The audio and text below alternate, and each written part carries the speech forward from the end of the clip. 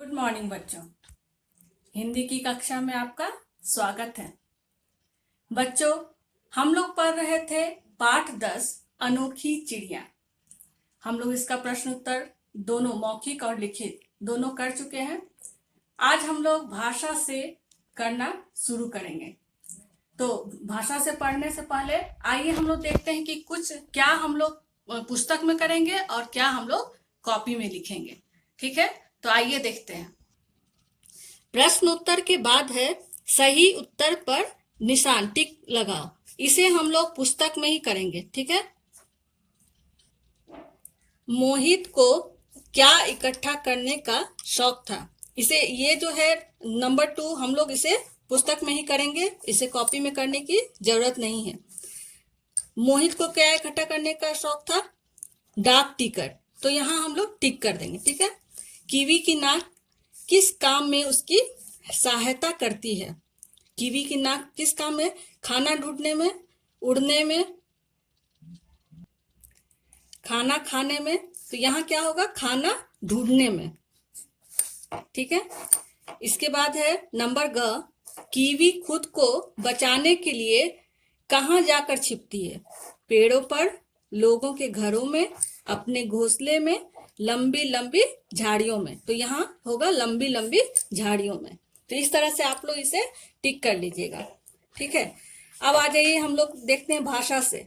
भाषा से में है पहले नंबर पर है सही शब्द चुनकर खाली स्थान भरो। तो इसे भी हम लोग अपने पुस्तक में ही करेंगे। तो यहाँ पहले हम लोग लिख लेते हैं पुस्तक। आप लोगों को याद रहेगा, वीडियो देखिए तो क्या क्या पुस्तक में करना है। फिर ये भी पुस्तक में। ठीक है, आइए इसे करते हैं हम लोग। यहाँ ऑप्शन दिया गया है, 2 चॉइस है, क्या इसमें सही है? रानी नंबर क में है रानी और मोहित एक साथ लिफाफे पर झपटे। लिफाफा और लिफाफे, तो एक हम लोग को बता दिया गया है उदाहरण देकर। नंबर ख में देखते हैं क्या होगा। कीवी लगभग डैश के नाप की थी, चूजों के नाप के, कि चूजा के नाप के। तो यहाँ क्या होगा? चूजों। तो यहाँ हम लोग लिख लेंगे चूजों। चूजों मतलब छोटी, एकदम छोटा चिड़ियों का जब बच्चा होता है उसे चूजा कहते हैं। ठीक है, चूजों। अभी देखिए यहाँ नंबर ग में है कीवी का शरीर हल्के भूरे रंग के पंख या पंखों, क्या होगा? पंखों से भरा रहता है। तो यहाँ पंखों होगा। यहाँ हम लोग लिख लेंगे पंखों। नंबर घ है राजन चाचा से डैश के बारे में पूछेंगे। किसके बारे में पूछेंगे? चिड़ियों के बारे में। तो यहाँ हम लोग लिख लेते हैं चिड़ियों के बारे में।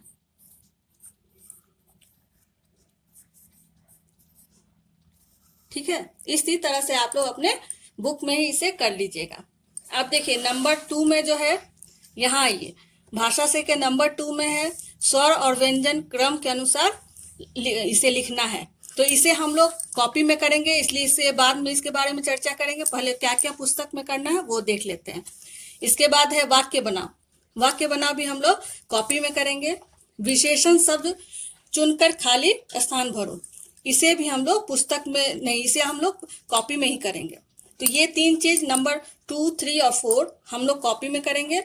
नंबर 1 और नंबर 5 जो है ये हम लोग पुस्तक में करेंगे। आइए इसे भी हम लोग पुस्तक, यहाँ मैं लिख देती हूँ, आप लोग भी देखिएगा तो समझ जाइएगा। कॉपी में लिखने की जरूरत नहीं है। इन सब के बारे में हम लोग बाद में बात करेंगे। पहले देखते हैं नंबर 5 में क्या कहा गया है। नंबर 5 में है क ख ग घ च छ ज झ। आप लोग तो स्वर वर्ण और व्यंजन वर्ण इन दोनों के बारे में जानते ही हैं। व्यंजन वर्ण है क ख ग घ, अंग च छ ज झ य, ट ठ ड ढ, ट ठ ड ढ न, त थ द ध न, प फ ब भ म। अभी क्या बताया गया है? क वर्ण, व्यंजन वर्ण को वर्ग के अनुसार बांटा गया है। तो जिस अक्षर से ये शुरू होता है, जिस व्यंजन वर्ण से शुरू होता है, उसी से इस वर्ग का नाम दिया गया है। जैसे क ख ग घ अंग, इस वर्ग को हम लोग क वर्ग कहते हैं। क्या कहते हैं? क वर्ग। क्योंकि ये क से लिखना स्टार्ट हुआ, शुरू हो गया। ये क वर्ग है, क वर्ग का पहला अक्षर है क, फिर ख, दूसरा अक्षर ग, तीसरा और घ चौथा, और लास्ट में जो है ये अंग, ये 5वां नंबर पर है। इसे हम लोग पंचम वर्ण कहते हैं। क्या कहते हैं? पंचम वर्ण। ठीक से सुनिए आप लोग, जो 5वें नंबर पर जो भी अक्षर है उसे पंचम वर्ण कहा जाता है। और आज जो हम लोग अभी पढ़ रहे हैं ये पंचम वर्ण पर ही आधारित है। ठीक है, तो क वर्ग का पंचम वर्ण है अंग, च वर्ग का पंचम वर्ण है य। ठीक है, पहले समझा देते हैं, फिर हम लोग इसके बारे में आगे करेंगे, क्या कर देखेंगे। ट वर्ग का पंचम वर्ण है अण, त वर्ग का पंचम वर्ण न, प वर्ग का पंचम वर्ण म। ठीक है, तो ये पंचम वर्ण जो है इसे हम लोग अब किस तरह लिखते हैं? पहले तो ये हम लोग जब पढ़ते थे तो पंचम वर्ण को इसे, जैसे अंक में जब अंक को जैसे तोड़ते हैं तो यहाँ अंग जो है वो आधा है। देखिए यहाँ पे पंख में जो है ये अंग आधा है। ठीक इसी तरह दंग, अंग जो है वो आधा है। ठीक है, लेकिन अब हम लोग क्या करते, पहले हम लोग इस तरह से लिखते थे। ठीक है, लेकिन अब ये बदल चुका है। अब हम लोग इस तरह से लिखते हैं, सिर्फ बिंदु देते हैं, अनुस्वार लगा देते हैं सब में इसी तरह से। जैसे मंच को हम लोग पहले लिखते थे मंच, यहाँ यह जो है आधा है, य और च संयुक्त। चंचल, वो भी ऐसे लिखते थे हम लोग। ठीक है, लेकिन अब बदल गया है। उस पंचम वर्ण के बदले में हम लोग क्या करते हैं, बिंदु दे देते हैं। अब इस पंचम वर्ण को ना लिखकर बिंदु दे दिया जाता है। सभी में भी, सब में देखिए, जैसे चंपा, यहाँ आधा म है, लंबा, यहाँ आधा म है। ठीक है, यहाँ देखिए बसंत, यहाँ आधा न है और त से जुड़ा हुआ है। ठीक है, तो ये पंचम वर्ण नहीं लिखकर हम लोग इस तरह से नहीं लिखकर हम लोग ये अनुस्वार लगा देते हैं। तो आज हम लोग को यही लिखना है कि जो भी पंचम वर्ण है उसके बदले अनुस्वार आप लोगों को लगा कर लिखना है। लेकिन कभी कभी जैसे देखिए यहाँ दंत है तो हम लोग इस तरह से लिख लिए, हम लोग को कहा गया दंत, तो इस तरह से हम लोग अपने पुस्तक में लिख लिए। लेकिन कभी कभी क्या होता है कि इस दंत लिख देगा आपको इस तरह से और आपको ये लिखना पड़ेगा। तो इसलिए जब भी आप पंचम वर्ण जो अनुस्वार वाला शब्द होता है उसे आप जैसे ही बोलिएगा, उच्चारण कीजिएगा, तो आपको समझ में आ जाएगा कि इसमें कौन सा पंचम वर्ण है। अगर तोड़ने के लिए कहा जाए इस तरह से तो आप इस तरह से भी लिख सकते हैं, और इस तरह तो लिखना आसान ही है। इसमें सिर्फ कोई भी पंचम वर्ण, केवल बिंदु लगा कर लिखना है। तो दंत का हो गया इस तरह, घंटा का भी हो जाएगा इस तरह से, पंचम वर्ण हटाकर सिर्फ बिंदु लगा देंगे।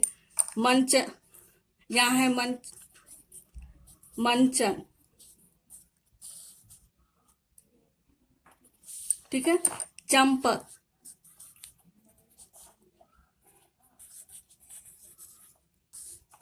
कंघा,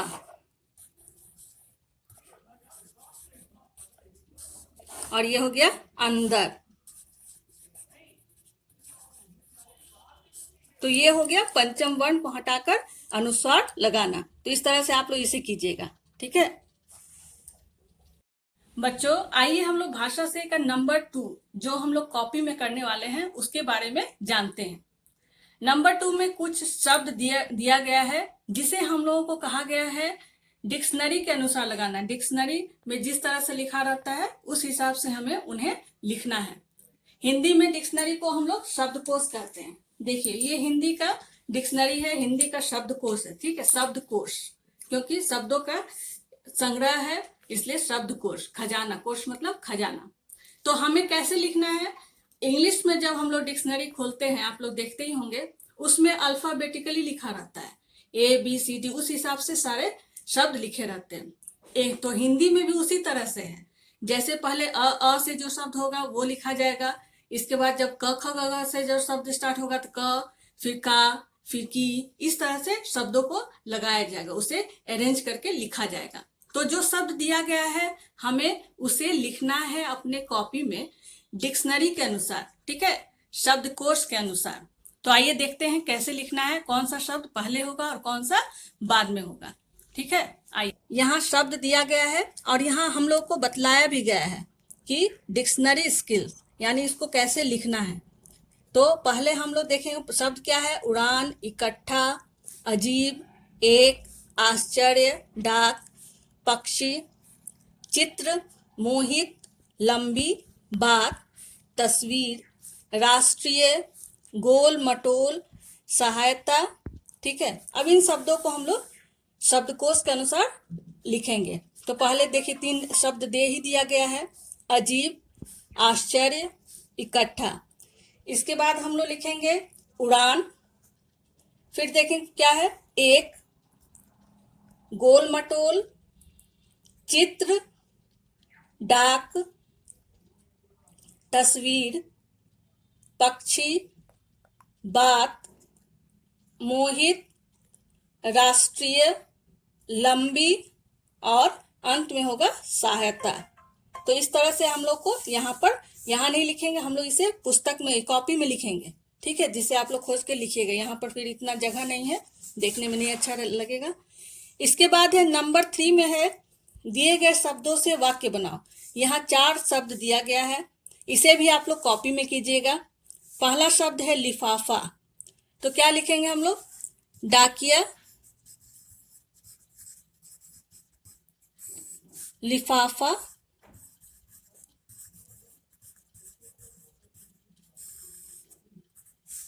लाया।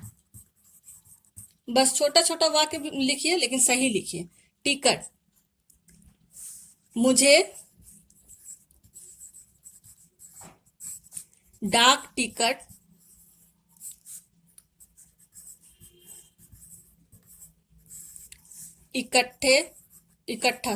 इकट्ठा करने का शौक है। ठीक है, कॉपी में लिखिए तो ठीक रहेगा। जंगल, शेर जंगल का राजा है, छोटा सा है, लिख लीजिए इसे। शेर जंगल का राजा है। स्वभाव, कीवी शर्मीले, स्वभाव की होती है। ठीक है, तो ये हो गया नंबर 3, जिसे हम लोग कॉपी में करेंगे। अब है नंबर 4, विशेषण। विशेषण भी हम लोग पहले पढ़ चुके हैं। यहाँ देखिए ऑप्शन दे दिया गया है शब्द यहाँ पर ग्रीन बॉक्स में। घना, राष्ट्रीय, शर्मिला, लंबी, नन्हे नन्हे, अधिकतर, छोटी छोटी और पैनी। यहाँ विशेषण है और ये संज्ञा शब्द। अभी हम लोग को देखना है क्या सही है, क्या सही होगा किसके साथ। तो पक्षी का क्या होगा, यहाँ देखते हैं हम लोग।